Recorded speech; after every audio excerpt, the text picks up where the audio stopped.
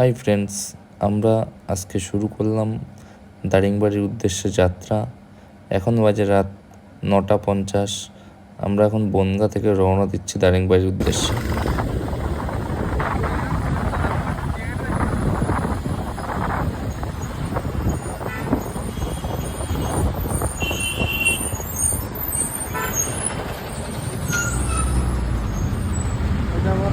First break কোথায় যেন? এটা কোলাঘাট।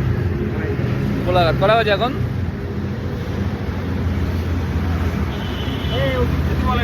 কারে এখনো এখান থেকে 625 কিলোমিটার রাস্তা। 150 কিলোমিটার মতো হয়েছে।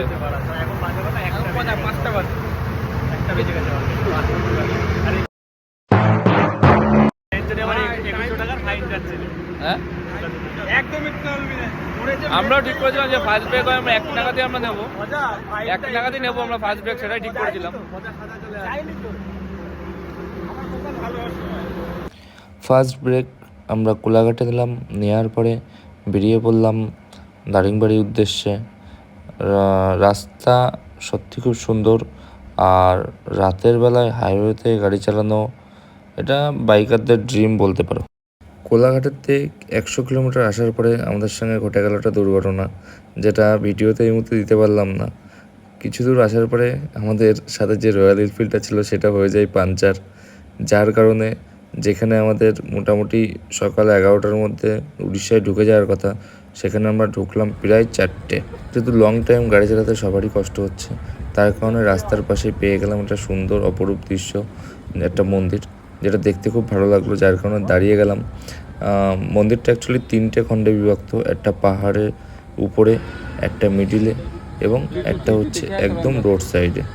যেখানে আমরা রোড সাইডে মন্দিরটা ভিউ করতে করতে একটা ছোট ব্রেকও নিয়ে নিলাম, এবং ব্রেক নেওয়ার পরে ওখান থেকে আবার রওনা দিলাম আমরা দারিংবাড়ির উদ্দেশ্যে।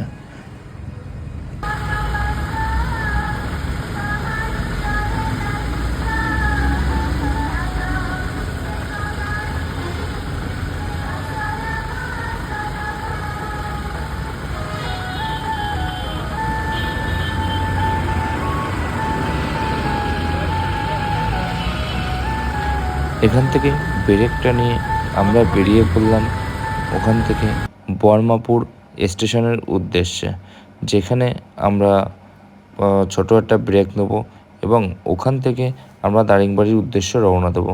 ওখান থেকে দারিংবাড়ির ডিস্টেন্স 120 থেকে 25 কিলোমিটার, যেটা যেতে যেতে আমাদের প্রায় ধর্মাপুর পৌঁছাতেই বা বর্মাপুর স্টেশন পৌঁছাতেই আমাদের বেজে গেছিলো সন্ধে 6টার আশেপাশে।